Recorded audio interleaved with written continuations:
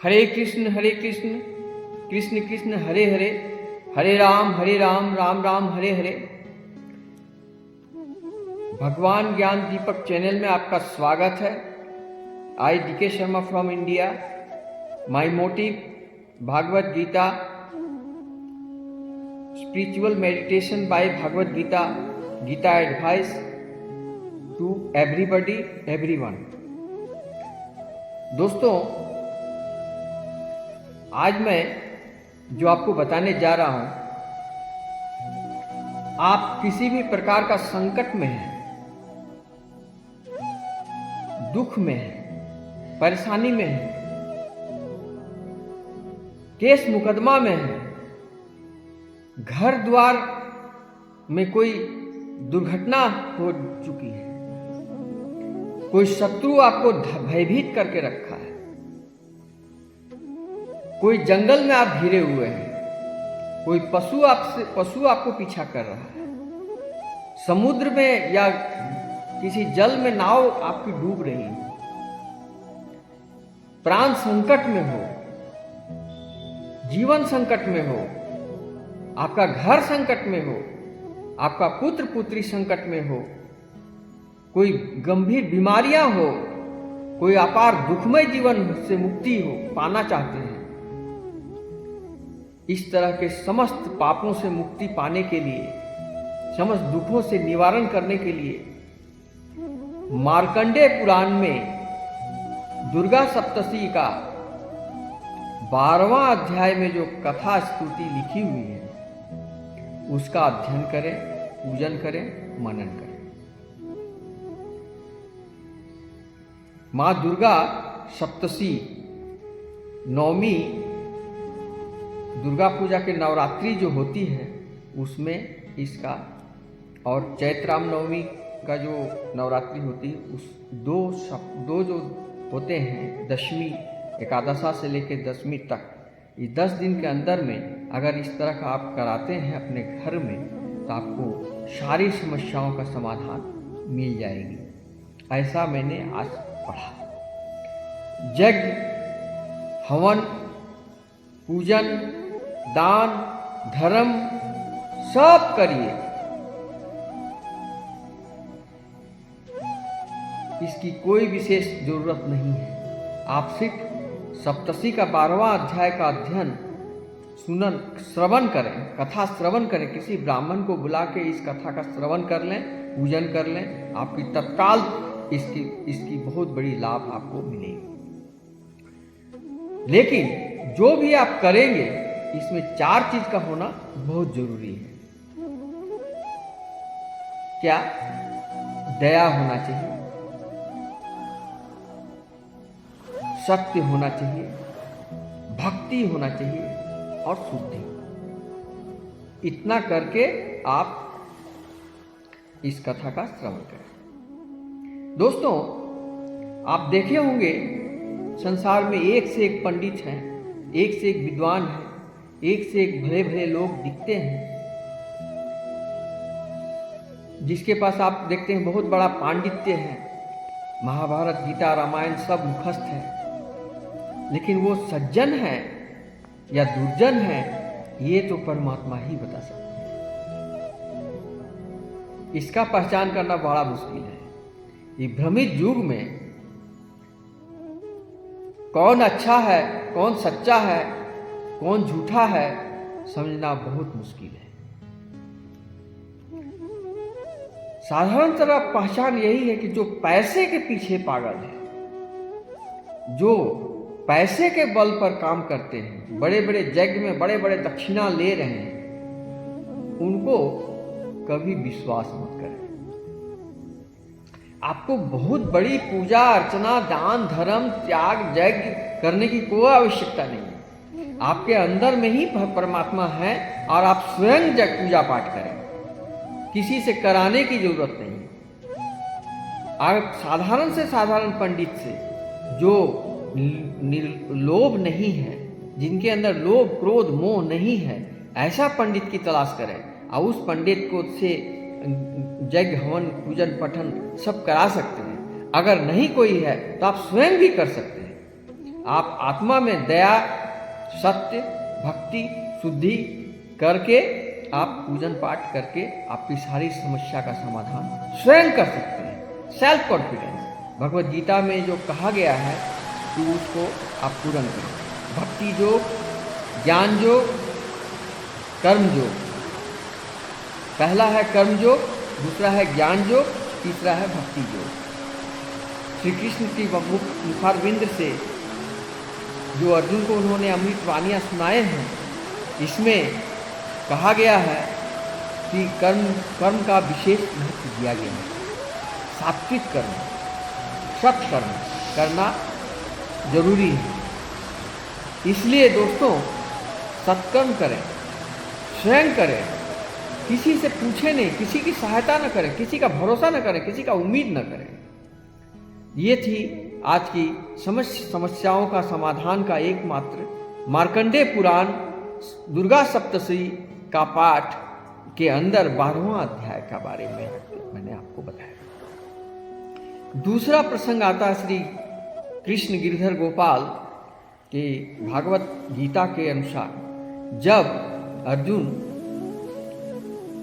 कुरुक्षेत्र में महाभारत का युद्ध जीत गए और विश्व का सबसे बड़ा धनुर्धारी वो खुद को समझने लगे, उनको भी एक बार घमंड हो गया था। तो श्री कृष्ण बोले, हे पार्थ, तुमको ऐसी अनुभव जो हुआ है कि विश्व में सबसे बड़ा धनुर्धर तुम ही हो, इसकी एक परीक्षा ली जाए। तब उन्होंने एक घोड़े को लिख कर उसमें एक यज्ञ करवाए।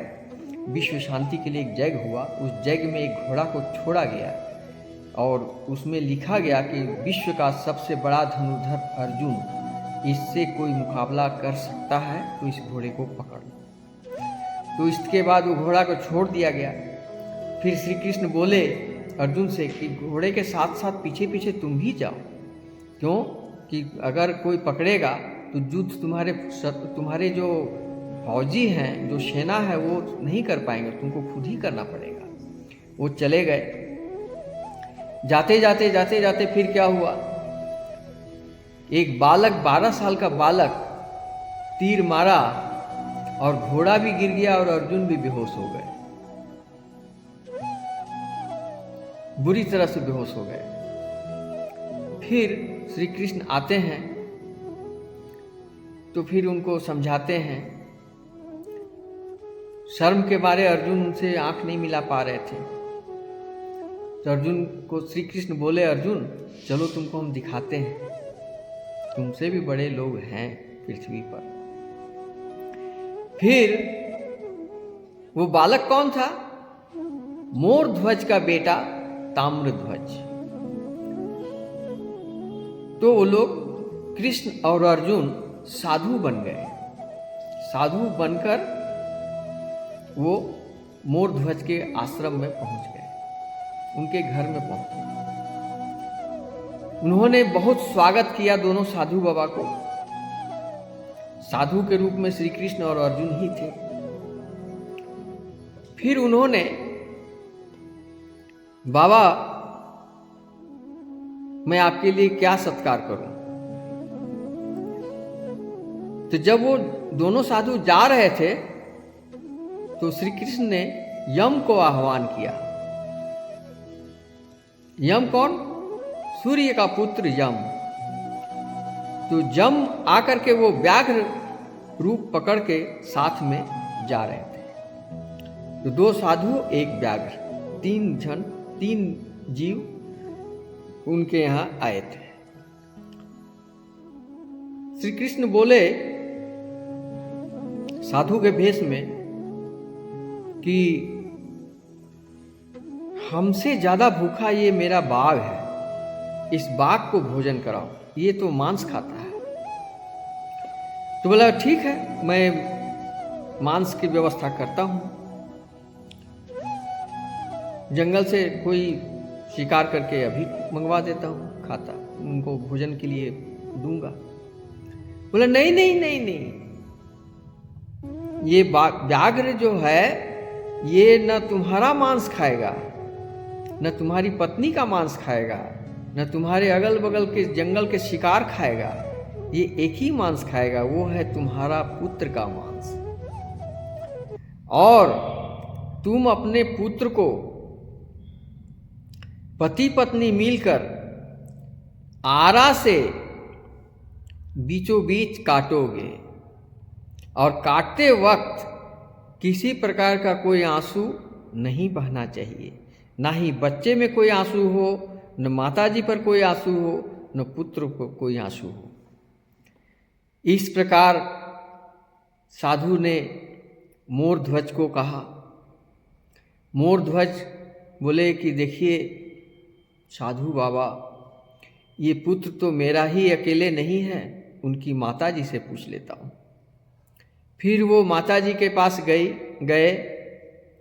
माताजी को बोले कि साधु बाबा आए हैं, उनके साथ एक व्याघ्र आया है, व्याघ्र को भोजन कराना है, वो चाहते हैं कि पुत्र का ही मांस खाएंगे, तो तुम अगर राजी हो जाओ तो मैं ये दान, पुत्र का दान कर दूंगा भोजन के लिए।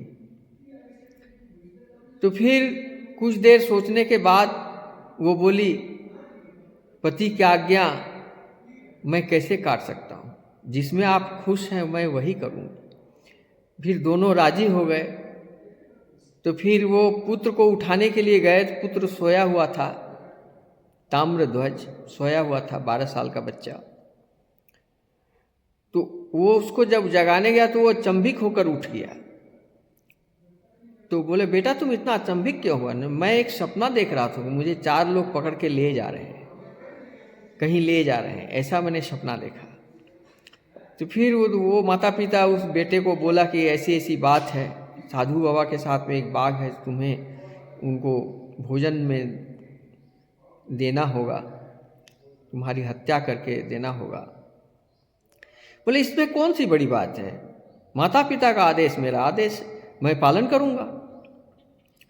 फिर वो माता पिता उस जगह को पवित्र किया, शुद्धि किया, गोबर से लीप करके उस जगह को शुद्ध करके बच्चे को स्नान वगैरह करवा के शुद्ध रूप से उनको बैठाया, और आरा से दोनों तरफ। उसके पहले माँ बोली कि मैं एक बार पुत्र का मुंह देख लूँ।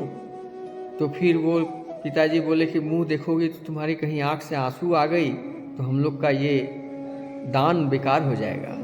तो फिर वो देखी नहीं। तो आरा से उस बच्चे की सिर से लेकर नीचे तक 2 टुकड़ों में बांट दिया। एक टुकड़ा उस व्याघ्र को दे दिया खाने के लिए, एक भाग वो बाघ पूरा का पूरा खाया। इसके बाद ये दोनों साधु को बोले कि आप लोग भोजन करें। तो फिर अर्जुन जो थे वो बोले कि अब तो तुम्हारे पास वंश नहीं है और निर्वंश के हाथ से मैं भोजन नहीं करूंगा। ये जब कहा तो श्री कृष्ण को बड़ा बुरा लगा।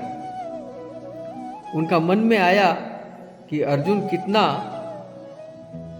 कितना घमंड है इसका, अपना पुत्र का हत्या कर दिया, इसके बाद कह रहा है कि पुत्रहीन से हम भोजन नहीं करूंगा, इतना बड़ा ये। फिर श्री कृष्ण वहां पर एक माया किए, बोले मोरध्वज थोड़ा सा जल लेके आओ। तो फिर मोरध्वज जल लेके आया, श्री कृष्ण के हाथ में जल दिया और वो जल उस आधा कटे हुए शरीर पर छिड़क दिया। छिड़कने के बाद में देखा कि वो पुत्र बिल्कुल जैसा का तैसा ही तैयार हो गया। ताम्रध्वज उठ के बैठ गया, प्रणाम किया, सबको पैर छू के प्रणाम किया, माता पिता को प्रणाम किया। इसके बाद श्री कृष्ण बोले, अर्जुन अब तो तुम भोजन करोगे। भोजन उसके बाद श्री कृष्ण के हाथ जोड़कर वो बोले, हे केशव मुझे माफ करें। तो श्री कृष्ण उनको माफ किया। तो इस प्रकार अर्जुन का घमंड का मोह टूट गया। वो सोचते थे कि विश्व में सबसे बड़ा धनुर्धर मैं ही हूं। घमंड टूट गया। तो इस कथा से ये स्पष्ट होता है कि कोई भी आदमी या देवता, कोई जीव जब धन से, बल से, शक्ति से जब बहुत ऊंचा स्थान पा जाता है तो उसको थोड़ा अकड़ आ ही जाता है। ऐसा स्वाभाविक है। किसी भी इंसान के पास धन, दौलत, शक्ति, बल, डिग्री, कुछ भी बड़ा सा बड़ा चीज अगर मिल जाए तो उसको घमंड हो ही जाता है, और घमंड के बाद ही उसका नाश होता है। यही नाश अगर उसको घमंड नहीं आए तो जीवन में उसका कभी धन, दौलत या उसका जो प्रसिद्धि है, समृद्धशाली जीवन है, वो कभी नष्ट नहीं। इसीलिए कहा गया है कि अहंकार पतन का मूल है। अहंकार में इंसान अंधा हो जाता है। क्या बोल रहा है उसको खुद ही पता नहीं होता है। एक कथा में मैंने सुनाया था कि अंधा कौन होता है। अंधा वास्तव में 3 ही प्रकार के होते हैं। एक काम, क्रोध और अहंकार। काम में जब, काम वासना में जब इंसान, कोई स्त्री पुरुष आते हैं तो वो बिल्कुल अंधे हो जाते हैं। उनको पता ही नहीं चलता कि सामने में कौन है। रिश्ता, नाता सब त्याग देते हैं काम के अंधे होकर के, और वो चाहती है कि किसी भी तरीके से हम अपना काम उत्तेजना को पूर्ण करूं, तृप्त हो जाऊं। ये काम के चलते अंधे होते हैं लोग। जिनके पास आंख नहीं है वो अंधे नहीं है। आंख नहीं है, उनके अंदर एक मन की आंख तो है, जिससे दिव्य दृष्टि से भगवान को दर्शन पा रहे हैं, कथा श्रवण कर रहे हैं। आप देखे होंगे हमारे हिंदुस्तान में एक से एक अंधे हैं जो परम ज्ञानी हैं, तपस्वी हैं, संगीतकार हैं, देखे होंगे। तो दूसरी तरफ ये है क्रोध। जब क्रोध में इंसान आ जाता है, क्रोध क्यों होता है? इच्छा का पूर्ण नहीं होना। जब दुष्ट व्यक्ति अपराजित होने लगता है, अन्याय करने लगता है, अन्याय करने के बाद जब उसको पराजित होने लगता है, उसको क्रोध होने लगता है। उसके सामने में कोई हक बात बोलने लगता है, बर्दाश्त नहीं कर पाता। उसका सच्चाई का बयान करने लगता है कि तुम्हारा मूल जो तुम्हारा चरित्र है वो क्या है, वो अगर कोई बतलाने लगता है तो उसको क्रोध आने लगता है। जितना ढका हुआ पाप कोई उघारने लगता है तो उसको क्रोध आने लगता है। तो फिर क्रोध में आकर वो अंधा हो जाता है, और फिर वो ऐसा कृत्य कर डालता है जो नहीं करना चाहिए। यही है अज्ञानता का मूल, क्रोध। इसके बाद में आता है घमंड। घमंड कब होता है? जब इंसान के पास में ऐश्वर्य, धन, बल, शक्ति प्राप्त हो जाए। वर्षों से तपस्या किया हुआ देखे होंगे बहुत सारे ऋषि, बहुत सारे राक्षसगण तपस्या के बल पर बहुत शक्ति प्रदान पा जाते हैं, बहुत शक्तियाँ मिल जाती है। फिर उनको घमंड हो जाता है और वो हंसने लगते हैं। हंसने के बाद में फिर वो निकल पड़ते हैं। फिर उनको परमात्मा किसी न किसी रूप से उसको हत्या कर दे। प्रत्येक राक्षसगण तपस्या में ब्रह्मा जी से अमर होने का वरदान मांगते हैं, लेकिन वरदान तो देते हैं, लेकिन उनकी मौत की भी कोई न कोई एक क्लू छोड़ देते हैं। कोई न कोई एक ठो ऐसा चीज छोड़, जैसे महिषासुर का तपस्या जब पूर्ण हुआ तो उनको बोले कि वो भी यही मांगा कि मैं भी अमर हो जाऊं, ऐसा वरदान दीजिए। तो बोले नहीं, ये वरदान तो मैं नहीं दे सकता हूँ, लेकिन तुम्हारी मौत का एक कारण बनी कोई नारी तुम्हारी हत्या कर सकती है। तब बोला ओ नारी हमको हत्या कर पाएगी? ठीक है, मैं मान गया। जीवन में कोई ऐसी नारी दुनिया में आएगी ही नहीं जो मुझसे लड़ पाएगी। मैं इतना बलिष्ठ हूँ। लेकिन उनको क्या पता था कि वही नारी श्री आदि शक्ति महादुर्गा के रूप में आकर के उनका संहार किया था। ये कथा सबको पता है। तो इसलिए विष्णु, ब्रह्मा विष्णु महेश जितने भी, इसी तरह महादेव तो देवों में देव हैं, उन्होंने एक राक्षस को वरदान दे दिया कि तुम जिसके माथे पर हाथ रख दोगे वो भस्म हो जाएगा। फिर वो राक्षस क्या किया, जब घमंड में चूर हो गया तो बोला सबसे पहले तो तुम्ही को ऊपर माथा में रखते हैं, देखते हैं तुम्हारा भस्म होता है कि नहीं। अब लगे दौड़ने के लिए भोलेनाथ, दौड़ते दौड़ते दौड़ते चले गए। फिर विष्णु भगवान आए, अरे भाई कैसे बचाएं। फिर वो पार्वती का रूप ले ली, पार्वती का रूप लेकर के उस राक्षस के पास, भस्मासुर के पास में आ जाते हैं। फिर उनको तमाम लीलाएं करने लगते हैं। उसके बाद में बोलते भाई तुम हमसे शादी कर लो, तो इसलिए मेरे साथ नाचो। नाचते नाचते जैसे पार्वती, मतलब विष्णु भगवान जो पार्वती रूप में थे, वो अपने हाथ को माथे में रख लेते हैं। तो भूल से ही भस्मासुर ने वो हाथ अपने माथे पर ठीक वैसा ही रख लिया, ऐसे करके रख लिया। जैसे रख लिया तैसे भस्मासुर भस्म हो गए। तो इस प्रकार से भस्मासुर का वध हुआ। तो इस प्रकार बहुत सारी कहानियां हैं जिसमें अंधकार का अंधा व्यक्तियों में से एक अहंकारी भी अंधा ही होता है। और दोस्तों, जिनके पास आंख नहीं है वो अंधे नहीं होते हैं, उनका एक आंख है, मन की आंख। अंधे तो वो हैं जिनके दोनों आंख रहते हुए भी उनको सच और झूठ का पता नहीं चलता है, भ्रमित में रहते हैं। बोलते हैं ना, ये बहुत अच्छा आदमी है, बहुत पंडित है, बहुत महात्मा है, बहुत बढ़िया इनका कारोबार है, अरबपति हैं, मठाधीश हैं, बहुत बड़े बड़े दौलत हैं इनके पास। ये सब कुछ नहीं है। जो मन से, कर्म से, वचन से, जो दया, सत्य, भक्ति, शुद्धि जिसके अंदर है वही परम ज्ञानी है।